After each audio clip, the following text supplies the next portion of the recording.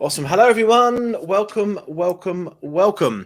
to episode 3 of Crack the Code interview problems in Rust. This is a series where we are looking at how you can solve some of the kind of traditional code interview problems that you might get using Rust.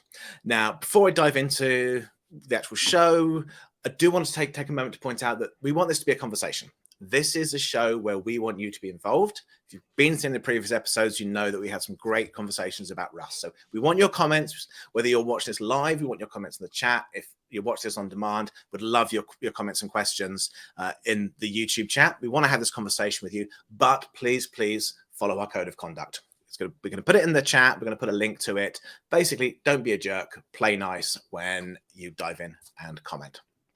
With that, welcome to Crack the Coding interview in Rust. Now, the eagle-eyed amongst you may notice that once again, Nell has been unable to join us. So very sad about that. And if you joined the last 2 streams, you'll notice Ryan is looking a bit different and is no longer called Ryan. So Ryan is unable to join us today. He's on a train across Germany, he said. So Yosh has very kindly agreed to jump in and join today's stream and potentially pour scorn on any of Ryan's code or my code that we've done. So Yosh, do you want to take a moment to introduce yourself? Yeah. So my name is Yosh. I'm a Rust developer advocate at Microsoft. I work together with Ryan, who is taking a vacation right now. So I'm just filling in.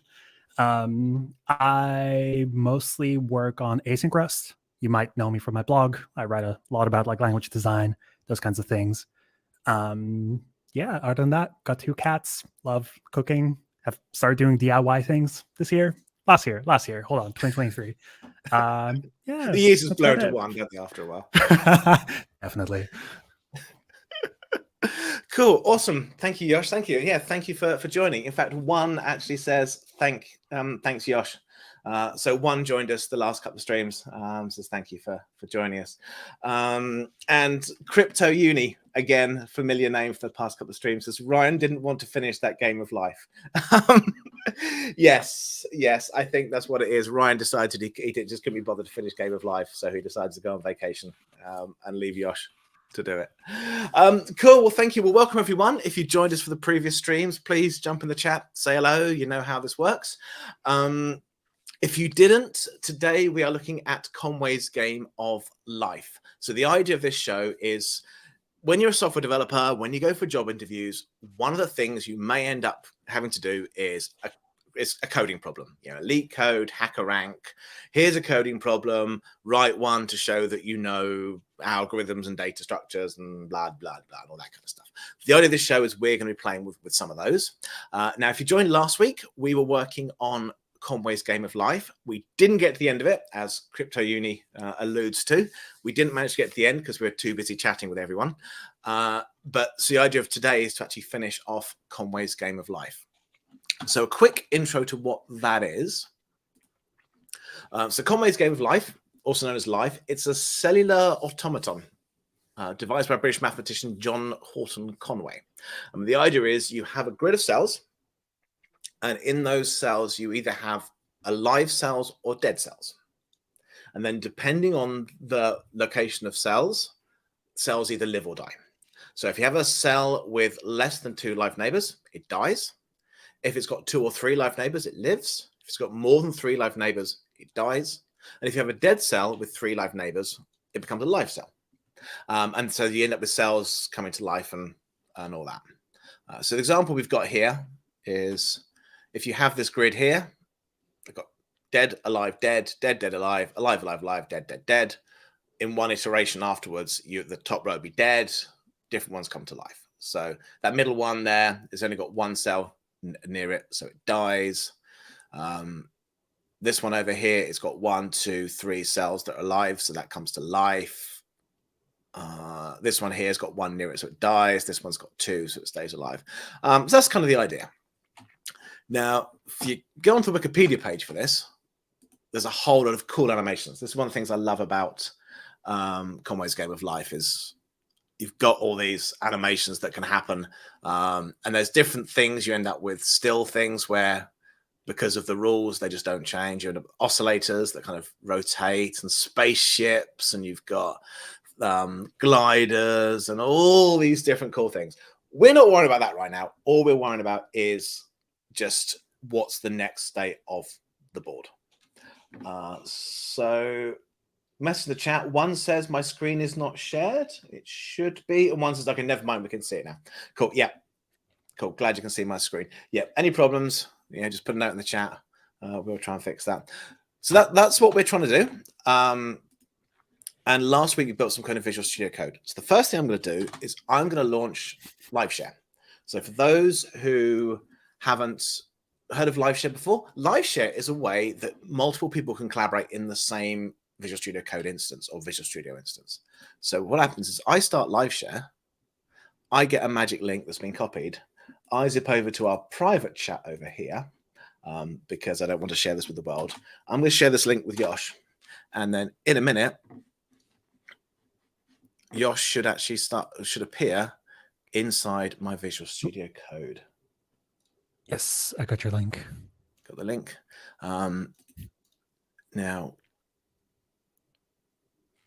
in a second, Yosh will appear. And then, if you've seen this before, basically Yosh has access that I can control. I'm going to give Yosh full access. So I know Ryan was joking last time with running an RM minus RF. Hopefully, hopefully Yosh will be kind and not delete the code. So yeah, I will not do that. Cool. So yeah, so Yosh has joined the collaboration session. Yay. Cool. So if Yosh jumps in the terminal, it should actually probably ask me what permissions I want to give, and I will give Yosh full permissions to actually run everything. So yeah, so what Yosh is seeing on their screen would be VS Code in whatever way Yosh has got it set up. So as in, I've got it mine with this particular theme. Yosh, I don't know what theme you use, whether you're a light theme, dark theme kind of person, but what Yosh you've got on your screen is basically you can open up whatever files you want. You can navigate however you want. It's not like a screen share. It is literally a code share. You're in the code. You can open up files. I mean, I can take my hands away from the keyboard. You can start running things in my terminal. You can do a cargo test. Oh, there we go. Code's being navigated around. Code's being changed. Don't you want to run a cargo test in the terminal? I don't think I have terminal access yet. You should have. Ooh. Wait, I'm requesting access there we go. now. Giving access. So look, it's not me. I'm not doing anything. And in a minute, the terminal should start. There we go. Look at that. Okay. Look at that. You want to go to the Game of Life folder. And then, yeah. And I just learned something. Beautiful. You just typed cargo T, didn't you? Yes.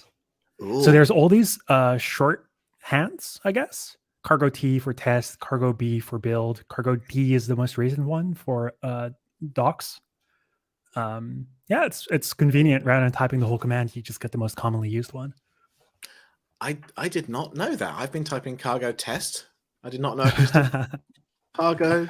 Oh, if I can spell cargo T. Oh, that's so cool. I like it. I love it. I learned something. Yay, thank you. This is the upside of doing these streams. I get to put in experts and they can teach me all these really cool tricks. Cool. So Castech says, where and how do you get access to that game? So I mean, there's loads of implementations of Conway's Game of Life around. So this is just on the Wikipedia page where you can see this. I will just drop that in the chat. But there's loads of implementations of Game of Life that you can get. Literally, I'm pretty sure if you go onto Windows Store, App Store, whatever store you've got, there will be implementations of this. There's just search from GitHub and you will find a whole load of different code examples of just calculating the next step, animating it. I know some people have built cool hardware with it. So it's there's just Google it. So Google it with Bing, and you should find loads of implementations of it. Crypto Uni says permission to blow your computer granted. Yes. So with live share, you do have a lot of controls. So you can say what can and can't be done. So I can set my terminal to be read only, give access to just certain things, or I could even run this in a dev container so that whoever joins the live share session only has access to the container.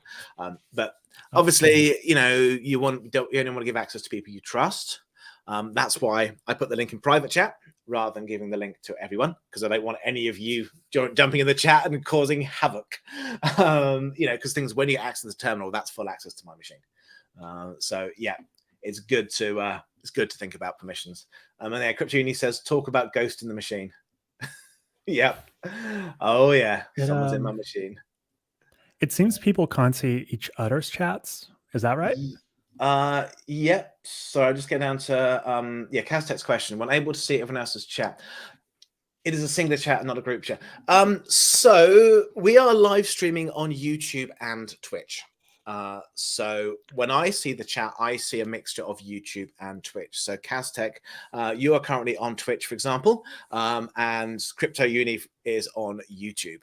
So I see everyone's chat, but unfortunately, obviously, that we don't get automatic cross-posting.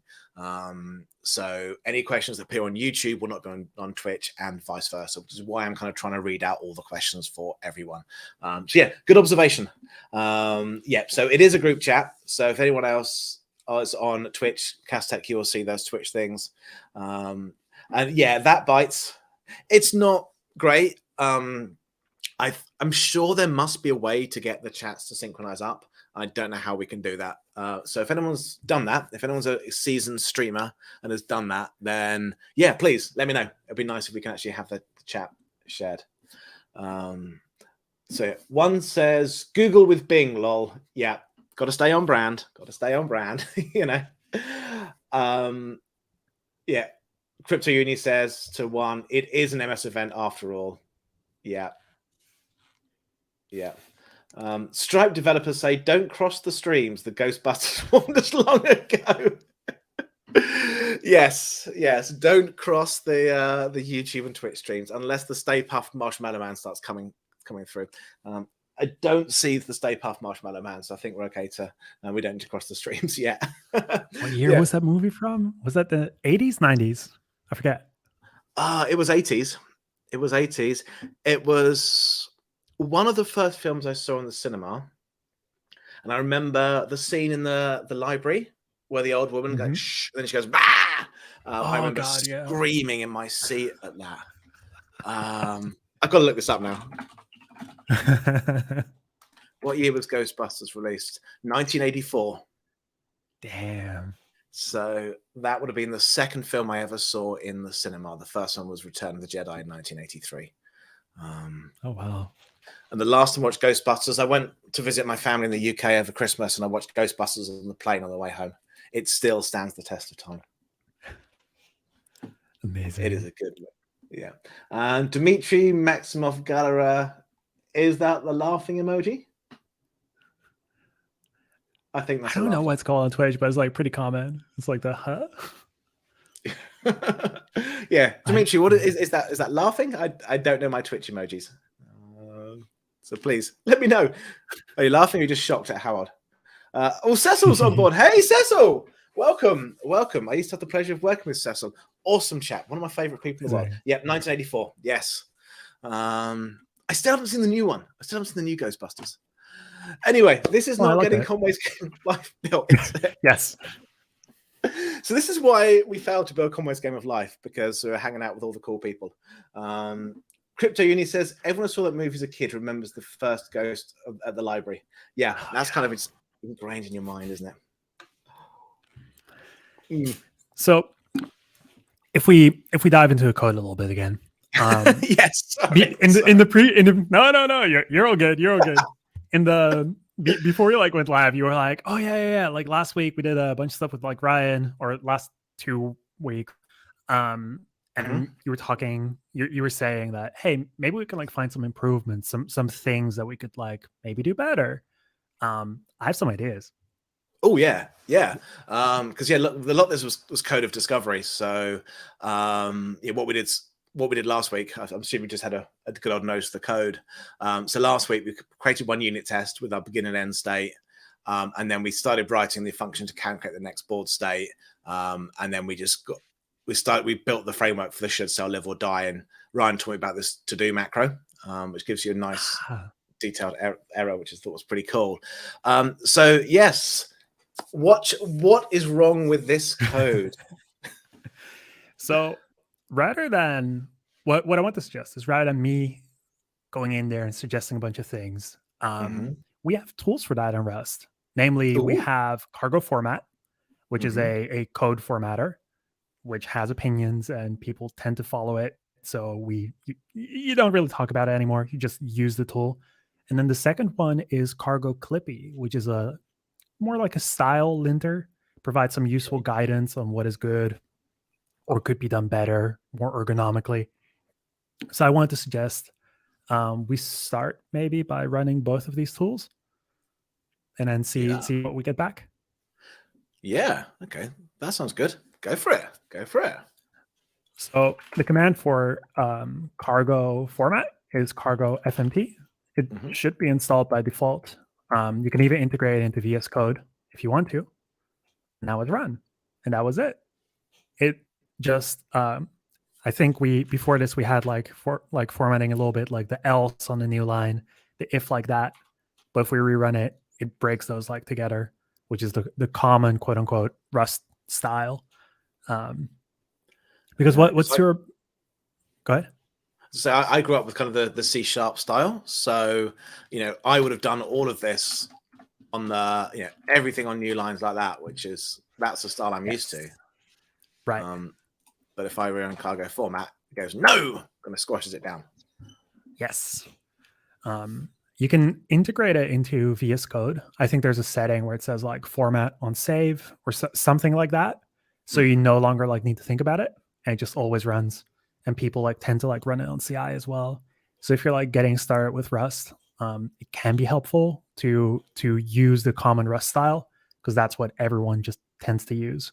And yeah, nobody really configures it.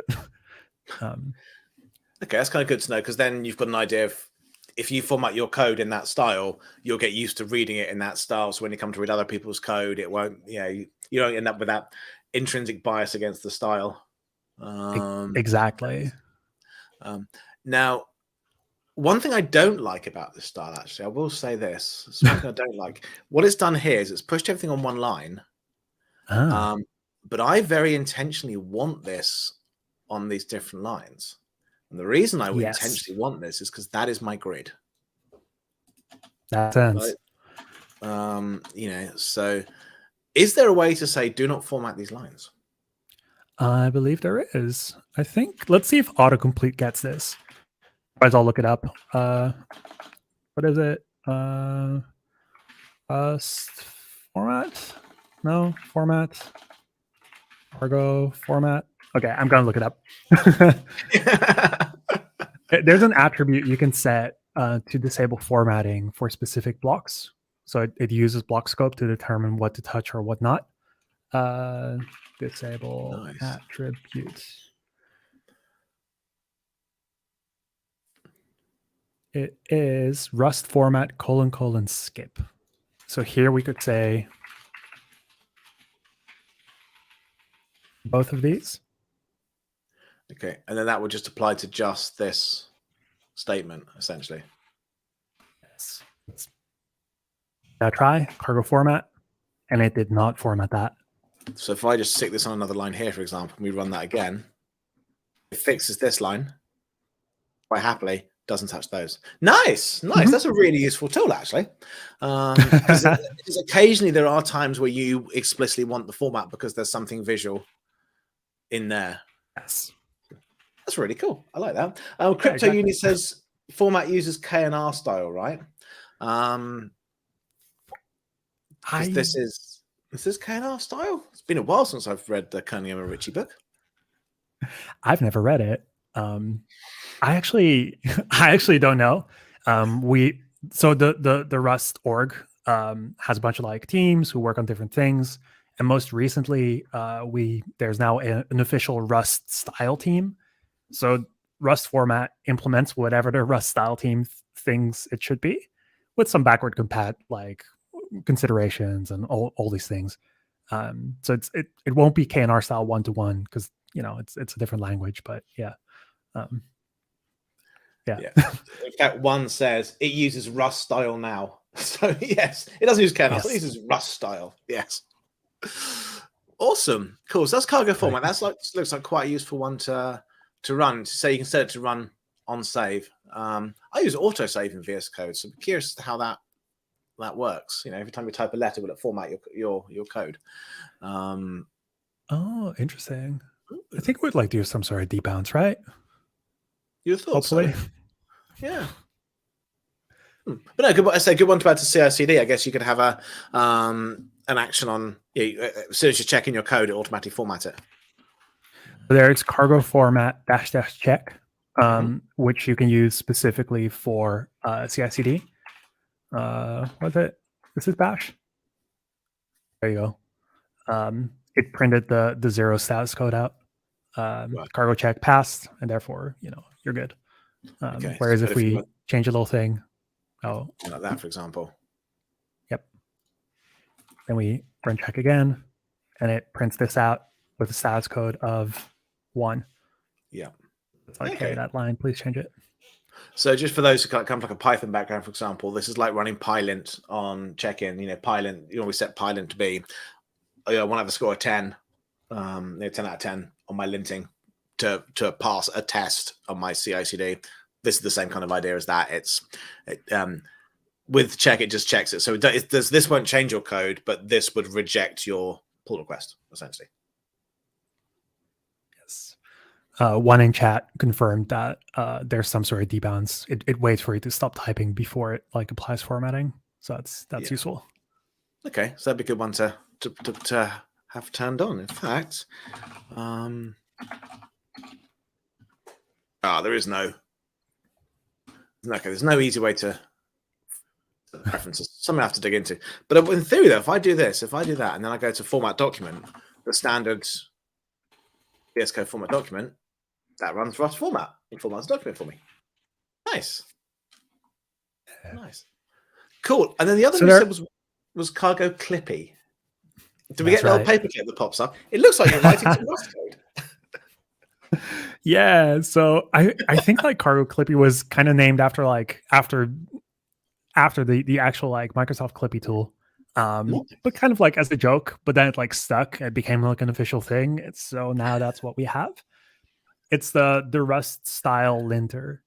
So the compiler tells you about hey, you made an actual mistake here, or hey, this thing is on its way to be deprecated. Do not use it. Things like those that are unambiguously, you should know about this stuff. Cargo Clippy has a little bit of that, some very useful things, and then some things that kind of go further into opinions about style, don't use match on booleans, use if else instead. Do I agree with that? Yeah, but it does recommend some things like that.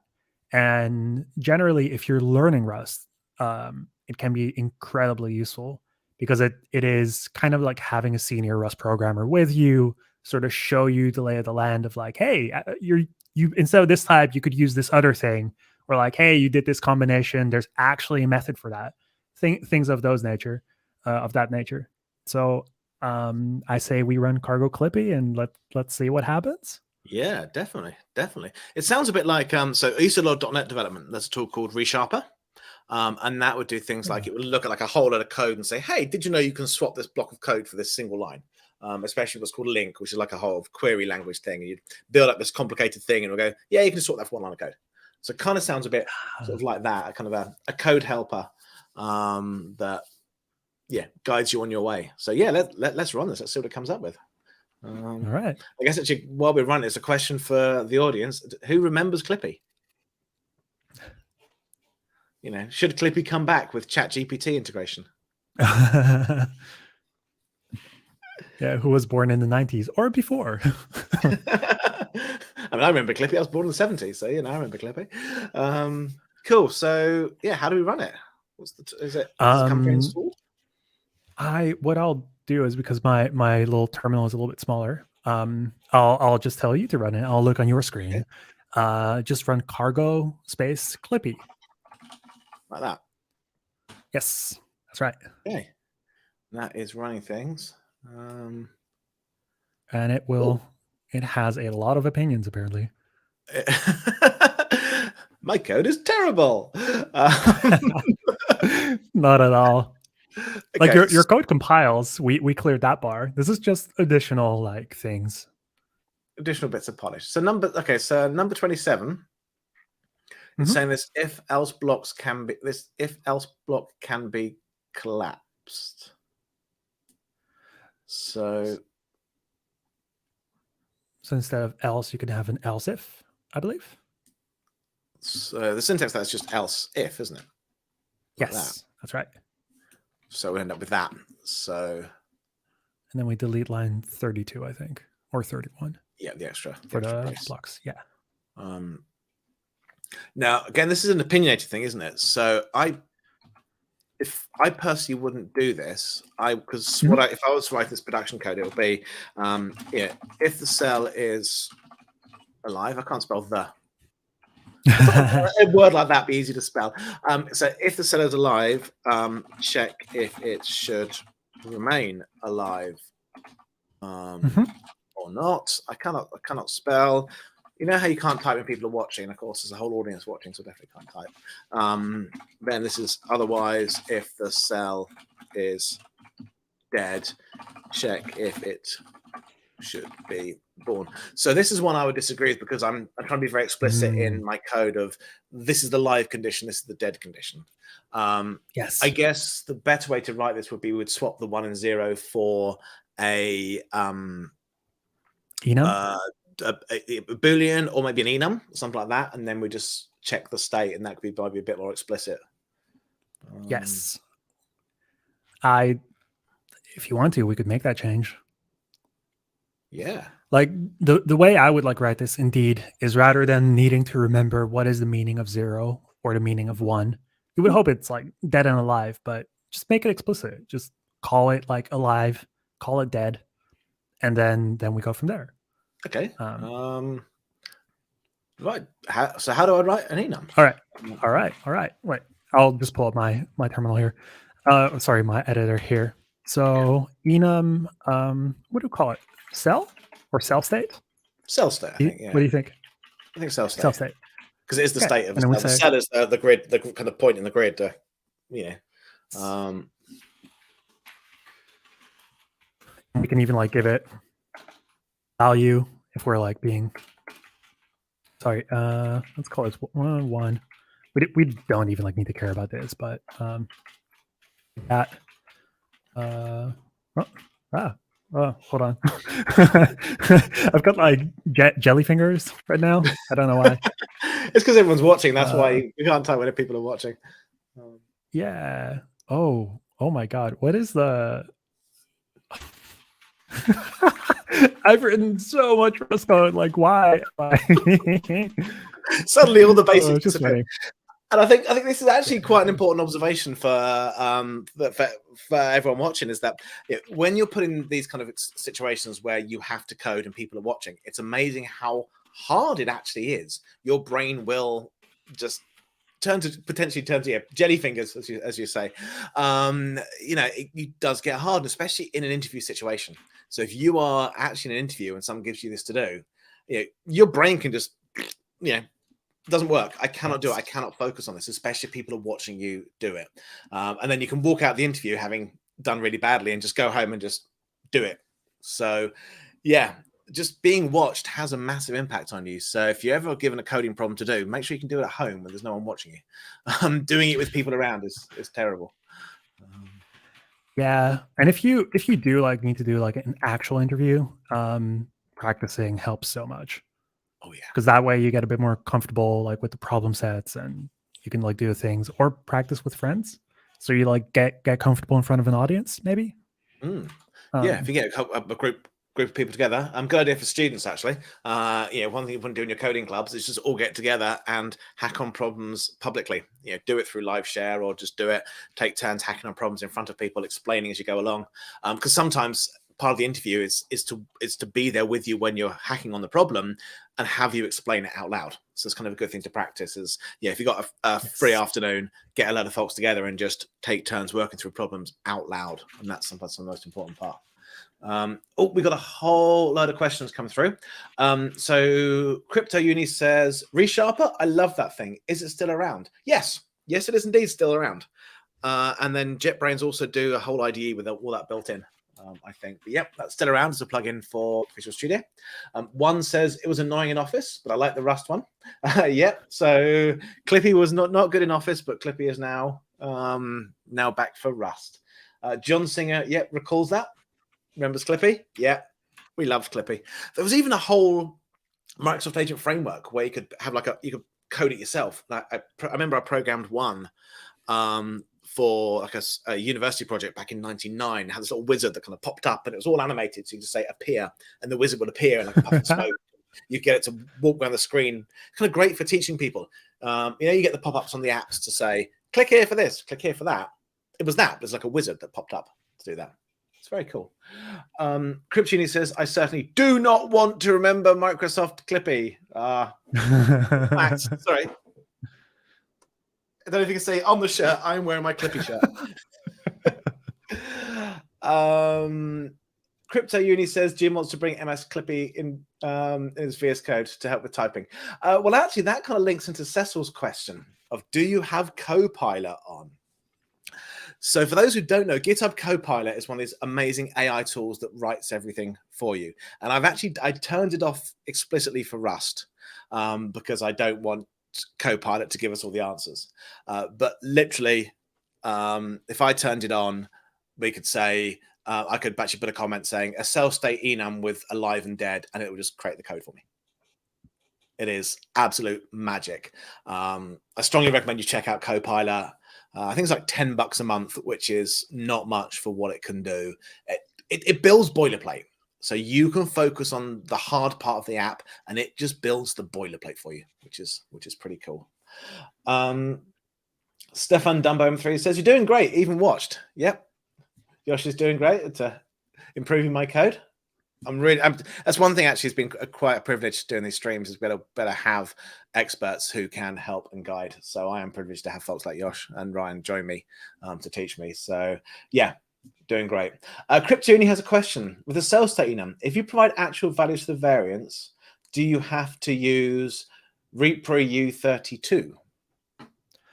That's a good question, and I don't think you do.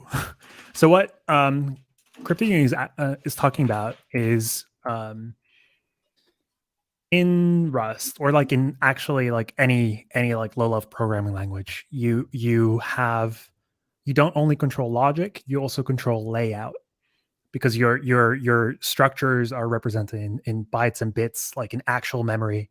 And you need to be able to control, like, oh, this value goes here, that value goes there, that's the padding, that's the alignment, all these things. So when you define an enum, like an enum just describes a little bit of state. It says, hi, we're either alive or we're not alive, right? Just two states. But when you like convert that back into memory, the compiler will figure something out. It will ascribe values to it, like, oh, this one's 1, that one's 0, or I lay it out like this, or I fold it in, or things of that nature. But what Crypto Uni is describing is the repr attribute, which allows you to define layout. So here it says, please, repr U32 says, this enum will be of size U32. Please lay it out. So 32 bits, please lay it, like, put it here. And then 1 and 0 determines like what the Boolean combination is. I believe you don't have to. So if we do this, alive is 1, dead equals 0. I don't believe we also require a repr for that, though we can definitely add a repr for it, and we can say repr U8, which is 8 bits, 1 byte, smallest representation it can be, just for that, which should be fine. Anyway, that's the long answer. Okay, so I guess the reason for using this, if you know that this enum is going to grow to a certain size, so if you know that in the future this enum might exceed 256 members, you might want to say, actually, I want this to be a U16, so that if you've got, it takes up the same memory size when you start adding more. So especially if you've got a binary dump of memory you want to load in to an object, it would just work. Yes. Yeah. Sense. Exactly. There are some interesting things as well, where if you're doing FFI things with like other languages, talking to, say, Windows APIs, those may expect a specific thing, and then casting to it, if it's the same number, it becomes a no-op. The compiler says, oh, yeah, the U16 here, you expect the U16 there. Great, that's the same thing, take it away. Right. So there's some interesting things there as well. And I guess a question that came up last time was around if you're building a REST API, for example, you shouldn't use things like usize and a REST as a return value for like an API, because if you do deploy to a 32-bit machine, unlikely, but maybe get 128-bit machine. Yeah, if you deploy it, it changes the size of what's coming back. So in the case here, if you've got an enum, if you're explicit, this is an 8-bit number. If you put this in any kind of return from like a REST API, you're going to get an 8-bit number. If you're embedding this in protobuf or any kind of binary formatting, you've got the size fixed. That kind of idea. Yeah. Yes. Cool. Okay. Shall we? Let's carry on. To refactor. Yep. So one says, make sure you keep talking while you're working on it. Yes. So if you're ever doing something in public or like an interview, talk as you type. It's very important you have that kind of continuous talking as you type, because what they're looking for in an interview is not necessarily you solving the problem, it's how you approach the problem, how you're thinking out loud about what you're doing. And if you write some bad code, but you do it under, I'm just going to put this bad code here as a holding thing, as a note to myself, then you'll be judged as, you're making notes. Whereas if you just write bad code and don't say anything, then they might think you're writing bad code. Always if you're in the interview where you're doing this in public, keep talking out loud. It relaxes you a bit, helps your mindset. John Singer says, I love using it to write test code, which I'm guessing means for Copilot. Yes, write me a test to test something. Test code appears. Job done. And now I've got a feeling we're going to have the whole chat derailed completely because Fuel Snable's on board. Hello, Fuel Snable. So Fuel Snable has joined a number of my streams. Welcome. Glad to have you back. Fuel Snable joins us from Norway. So glad to have you with us. So Fuel Snable says, I thought people just counted the number of green squares on your GitHub profile. I can't English today. If more than 95% filled, you are good. Not always. There's actually a lot of discussion about this going on Twitter at the moment around open source contributions, because you can't just judge people based off the number of green squares on GitHub, because a lot of people do stuff in private that doesn't appear on the green squares. So if you don't have any... Sorry, Yosh, go ahead. I want to add to that. There's also a thing such as overwork. If you contribute every day, all day, weekends, etc., it can get pretty hard. I'm speaking from experience here, so please go easy on yourself. Self-care is important. They should at least have a couple of days that are white on that, or black, depending if you're using dark mode, on that grid. It's if you have no experience, then open source is a great way to build up something that looks good when you're applying for a job. So if you're a student or career switcher, yes, you want to have green squares because that's some work you can show. But if you spent the past 5 years working on private projects that no one can see, then it doesn't matter if your GitHub isn't green. You've got work that you've done that you can talk about to back up your interview. So good point. And Fuel Snable says, I work in the train industry, so I'm an expert on derailing things. We love having you with us, Fuel Snable. It's always fun. So Crypto Uni says, I would argue there's a newcomer, newbie, even intermediate. You want to fix as many errors as possible, as much as you can. So don't use Copilot. Now, that's an interesting one, because Copilot's a great learning tool because it can show you how to do something. But it can also, when you're learning something, it can make it easier to just do it in Copilot. and then forget about it. I must admit, when I first started with Rust, I was using Copilot a lot because I had no idea what to do. So I'd say, write a comment, it would dump the code out. I would try and work out what the code did, didn't always get it right, and then I would delete it and write it again myself. Yosh, what are your experiences with Copilot? I haven't really used it much. So like I said at the start, I do a lot of work in async. In async Rust, like helping actually like build out the certain library, certain features. So I'm writing code that has never been written before. And Copilot doesn't really know what to do in those cases. But I imagine if you're like using, like if you're building web things, like existing things that interact with like well-known APIs, that is probably where it shines a bit more because it has more knowledge of that. So for me, it hasn't really like done much yet. But it might in the future. I don't know. Yes, Phil Snable says, I think Copilot's killer app is a learning tool. I mean, yeah, so I've been building, I've been trying to build a container orchestrator in Rust.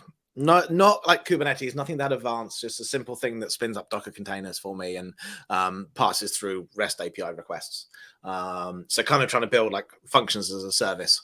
And for that, like, I want to use some of the system libraries to launch Docker via the command line, and I can just write the comment and it spits out the code. Otherwise, digging through the docs takes such a long time to get the answer.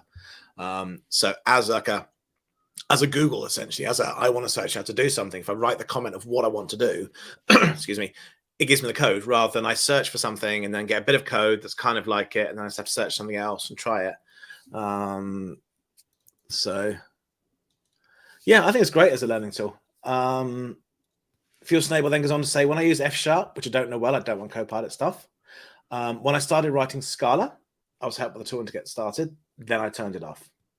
I tried asking for a church encoded list in Rust. I'm not sure what a church encoded list in Rust is. Didn't really succeed.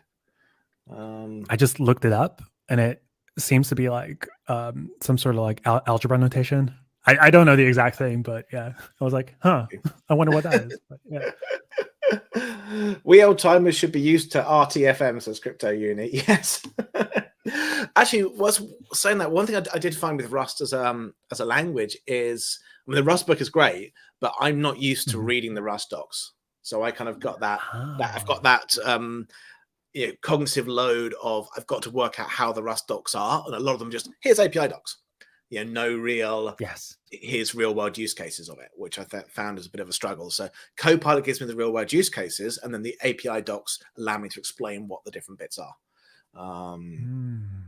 So Fuel Snable says, that's my interview question I always ask. Implement a church encoded list. Okay, so a single link list? No, a church encoded list. So there we go. If you ever apply for a job to do with trains in Norway, you want to bone up on doing church encoded lists just in case. So there you go. There's your interview top tip. Right, anyway, we've been derailed. Obviously, cell state. So let's try to get the cell state. We've got 17 minutes left, and we're absolutely no closer to getting this done. But we've had some good conversation. So yes, let's get the cell state enum going. For sure.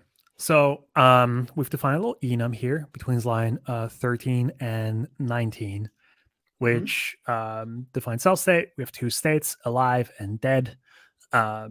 Little comments there, doc comments. So if you render this out in docs, it'll show up. Now, if we look on the right-hand side or my right-hand side, where's your diagnostics panel? Ooh, problems 12. Can you click on a little tab in the bottom that says that? Ooh. Yes. I never used great. This. So that is Rust Analyzer, which is looking at your code and telling you like, hey, here are the problems that will cause it to not compile. The first one is binary operation cannot be applied between cell state and a number. So here on line 30, we're trying to compare cell to 1. So it used to be usize, I believe. And now we've changed it here in the signature to take a cell state rather than usize. So we're trying to determine here like cell is alive. Now we have a couple of options here how we can write it. If what is it? If let what is it? Cell state : alive equals dead, then do that, like that. But instead of doing that, I propose that we use a little bit of auto completion here to go to the alive enum, then do command dot, and then say generate an is method for this enum variant. It does not let me do that. It's asking for permissions. Maybe you can do that instead. Okay, I'm not seeing permissions. What's query request? Okay, so what do I need to do? That's all right. Okay, on line 16, navigate with your cursor onto alive, the actual code, and then command dot to get the autocomplete or the little light bulb. You can also click it. Generate an is method for this enum variant. And that's then a generated is alive. And if you can repeat that for is dead, which I think we'll need to use in a second as well. Okay, so that implements, so that's kind of like we've got the cell state. It kind of makes it a bit like, for those who've done OO code, essentially, this kind of makes it a bit like an object and puts a couple of methods on it, or are these more exactly? Or are these, so would this be cell state dot is alive, or is this like a static method where you can just call is alive? So on line 26, in the definition of is alive, you see the first argument is ampersand self, which is in parlance, we say ref self. So it takes a reference to self or and self sometimes as well. So it is a method on an instance. If you omit the self argument there, then it's a static method, like on the, I don't want to say class, but like just a static method. So here you would have an instance of cell state, and it can call dot is alive on it, and it will give you back a Boolean if it's alive. Okay, so that means what we're saying here. So we've got if cell equals 1, we would just do this if cell dot is alive. It autocompletes right there. Nice. So again, I'm just thinking about the comment here. We've basically implemented this comment in code. So I know some folks don't want to reduce the amount of comments by having very highly descriptive code. So yes, obviously your comments should describe the intention behind your code, but we shouldn't necessarily need to do what the code does. The code should be obvious here, and that's kind of what we're doing. We're kind of getting close to that self-documenting code. Sorry. So I just sorry. Go ahead. I want to jump on these. Derek Jameson says, I used Copilot last week. Back on Copilot. Deleted the to-do in the above code and auto-completed the functions. And it got the rules of life correct for cell live and cell born functions without any hints. Okay, so Derek, so you actually took our code, because this code is on, it's all on GitHub. In fact, I'll just put the link in the chat. So everything we did last week, I put up on GitHub. So it looks like Derek's actually gone through and used Copilot to complete the code here. And it worked. Nice one. So if you ever have to do it, I saw a video on I don't know, Instagram, TikTok, one of those cool hip places where someone was doing code interviews in like 3 seconds by into ChatGPT, get the answer, Copilot, get the answer. So it's kind of what we're doing here, isn't it? If you get to do one of these LeetCode problems at home, it's just ask Copilot, it does it for you. One says, reading the docs takes a bit of effort at the start, but it's worthwhile investment as the format is standardized. Yes, so Rust docs they're not the easiest, but they give you details on the APIs. So you need something to help you know how to construct your code, but to get the details on the API, the Rust docs are great for that. And then Fuel Snable says, not in most cases, but Church encoded lists, for example, the benefits of rank n types in Haskell. There's a lot of words, and I don't know what they mean. I think rank n types are like higher kind of types, I believe they're also called. But that's where my knowledge stops. Cool. Okay. So we've got our is alive and is dead. Yes. I actually just realized that we do have an else statement. So I would probably not, what I just did, I would probably not do that. So it's actually maybe delete it, if that's okay. Yep. Instead, we should do a match on cell. Fill match. Can you go to line 31 and like autocomplete and say fill match arms? Match arms. Command dot. Yes. Okay. Great. And then we can take the code that we had here, and put it right there. That should, does that work? That works. Like that. And that should be able to go there. Oh, and then we can delete this. And I don't believe we're in cargo format on save yet. We cargo format it. Cool. There we go. So then we can just get rid. Yeah, we've got rid of all that. Is alive, is dead. We just got there. A nice match statement. Now we're saying we've got. It's much clearer now. If we're live, check whether they should live. Otherwise, it should be born. And I guess here we've got our output. We've got it set to a vec of use size still. So this should also be a vec of cell state. That's right. In here. And then what we push here is we push cell state alive if it's 1. And this would be cell state dead for 0. That's right. That's right. And think about our unit test as well. In fact, what we could do, I wonder, I'm going to go like this, and I'm going to replace 0 with dead. And I'm going to okay, hold on. Before you do that, let's make one little change here.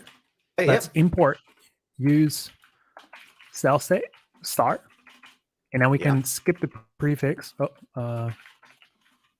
Set star there. And we can skip the prefix, so you can just say dead and alive rather than cell state : : It'll probably look a bit nicer. Okay, so if I go here and I change 1 to be alive, and then 0 to be dead, we've got that. And then what I'm going to do is I'm going to do a little bit of terrible formatting, just to kind of align everything up a bit to make it readable. And there we go. I think that looks very good. Now, an interesting thing we've got here is, we talked about this last time, is the equality. When we had a vec of 1s and 0s, when we could literally do equality, and that equality would look through the entire vector and just go, this is a vector of vectors, and the first one is 0, 1, 0. The second one is 0, 1, 0. Therefore, I can do this assert eq. But we can't do that anymore, can we? Because we don't have equals on the cell state, because there is an eq we have to implement, or a partial eq. Eq, partial ord, and the answer is yeah, sure, all of them.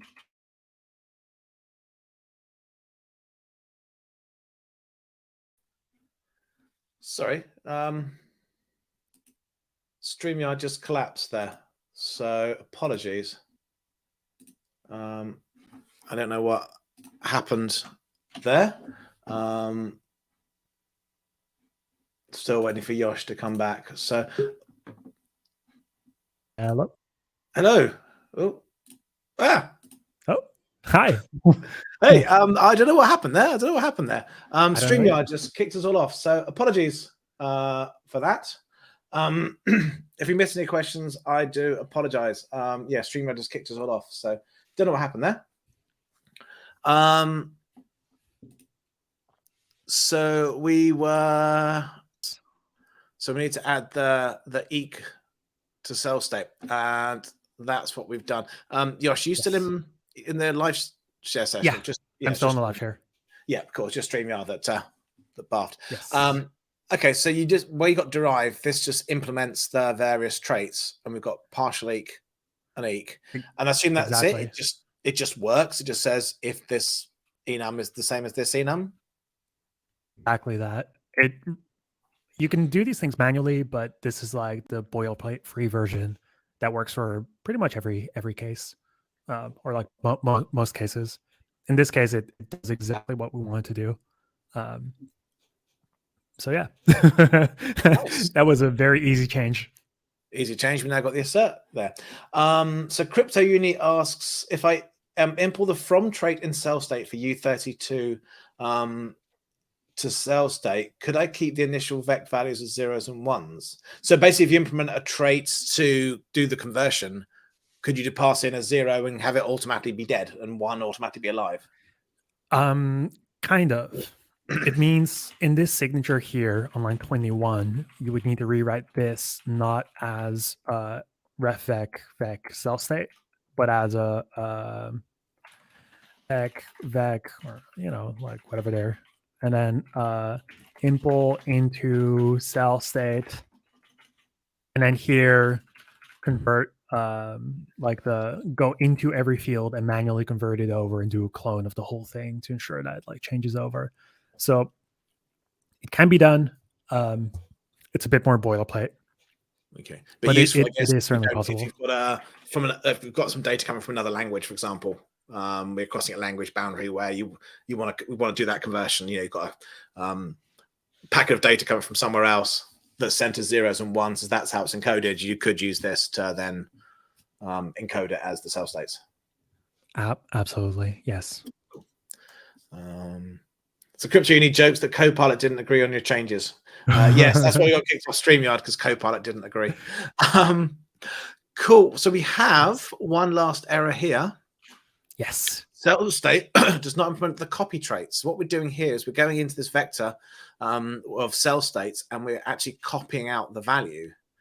But we don't have copy on enum. So by default, I can't copy one enum to another, which I think is it's kind of bizarre. You would have thought, because enum is kind of a basic type, you would have thought things like equality and copying would be just by default in enum. I mean, is there ever a reason why you wouldn't want to have eq and PartialEq and copy traits on an enum? Yeah. So something to keep in mind is that out of any language, Rust probably has one of the widest ranges in terms of like what is being built in it. Like what we're doing here is all like, oh, we're building a little algorithm, little thing, and it feels kind of nice and good. But if you realize that Rust is also being used to build kernels to actually program microcontrollers like directly, things like debug or like PartialEq, they do generate code. They do generate symbols. They have implications of what they pull in. And when you're programming a microcontroller, you may not necessarily want it. So by default, we don't make any assumptions about the environment you're in. And if you want to add debug to your struct, we say, well, you have to do it. We provide lints so you don't forget in most cases, but it needs to be possible to not have it. That's very important for those use cases. So we don't make any assumptions, basically. So it's kind of like a general principle of Rust is that it goes for the most efficient code possible. And if you want the extra bits, you have to add them, as opposed to other languages where you get a lot of these things built in, but the language is, so much bigger with the end result. Yeah, that's right. A strong guiding principle is in Rust, we will, for example, never allocate invisibly, never under the hood that you're like not aware. We don't do that. That leads to some sometimes less than optimal like API designs. But we make that promise because it is so important for like the lowest levels of programming that you do have that control. Trade-offs. Trade-offs, isn't it? It's at the end of the day, this is a systems language, so you want to have this extra level of control because you're building low-level systems with it. Yes. Cool. So CryptoUni says copy needs primitives, right? An enum could also contain other enums and structs as well. So to answer our question, it is fine to implement copy on even if your type contains other types. So a struct that contains more fields, or an enum that has like structs in it, as long as they also implement copy. Same goes for like any derive, really. Debug can implement debug. You can derive a debug as long as everything within it also is debug. So in this case, like our enum contains no additional data. It is just two plain fields, nothing contained within it. So we can derive clone first, which is a manual method that says make a clone of this thing, .clone it, and now you have a clone of it.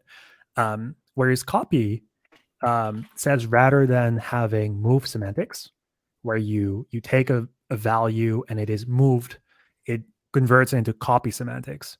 So instead of moving a value and keeping a reference to the original thing, it just copies the data always. Which here for an enum that is 2 states, which will likely be a U8, which will likely just be a single like byte or like a word size in the computer. This is the most efficient thing it can be. And to always have it be copy is the best outcome. So we just say, sure, you're copy now. That's good. We like that. So we just add clone, and then copy requires clone. So we just add both, and that does the trick. Okay. Right. I'm going to have to stop you there because we are at time, and I got told off last time for I'm going over time. We have another show lined up on the Twitch channel, I believe. So once again, we didn't build Game of Life. But we had some really good conversation, because really the whole point of this is let's learn some stuff about Rust. I learned something. I hope everyone watching learned something. So we got somewhere with this. I do want to share a few quick Rust resources before we go. So I did drop the link in the chat. I'll drop it again for the code. I will update this repo with the code from today. If you want to dive in there and actually do the implementation yourself, go ahead.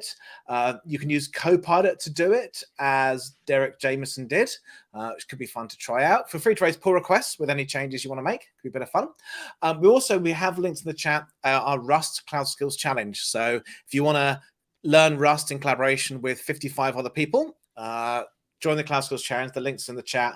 You've got another 17 days to complete it. And that basically takes you through this 5.5-hour learning path about Rust. So if you're new to Rust, this literally starts with what is Rust, getting set up with Rust, your first program, etc., etc., etc. Also, if you're new to Rust as well, there should be a link somewhere in the chat about some videos. So getting started with the Rust, where we just, again, a video series in Reactor looking at the basics. But if you enjoyed this, please, subscribe to the Microsoft Reactor YouTube channel. We'll hopefully doing more of these. This is the last one in the series. So if you like this style, if you like us cracking interview problems, please put a note in the chat. And we will try and do a whole load more of these. This is the last one in the series, but if you want more, please let me know and we'll do that. Plus, we'll be putting a survey link in the chat. We'd love your feedback. We want to make sure that the shows we create are the ones that you want to see. So please give us your feedback, and then we will make sure we put on great shows that you want. Otherwise, make sure you subscribe to the Microsoft Reactor YouTube channel. Keep checking out the Microsoft Reactor website to learn about upcoming events.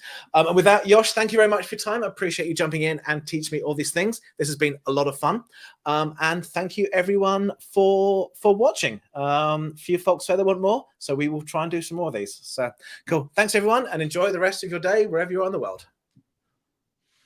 Thanks so much.